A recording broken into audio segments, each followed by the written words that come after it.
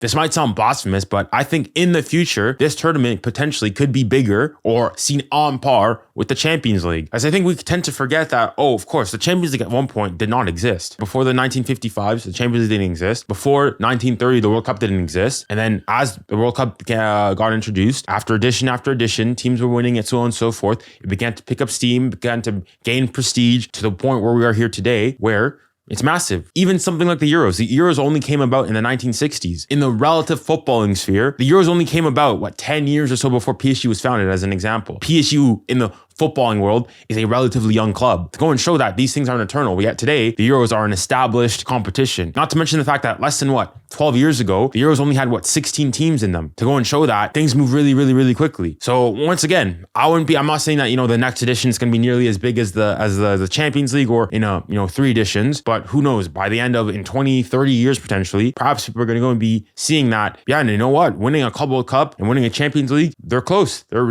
equivalent. They're right there.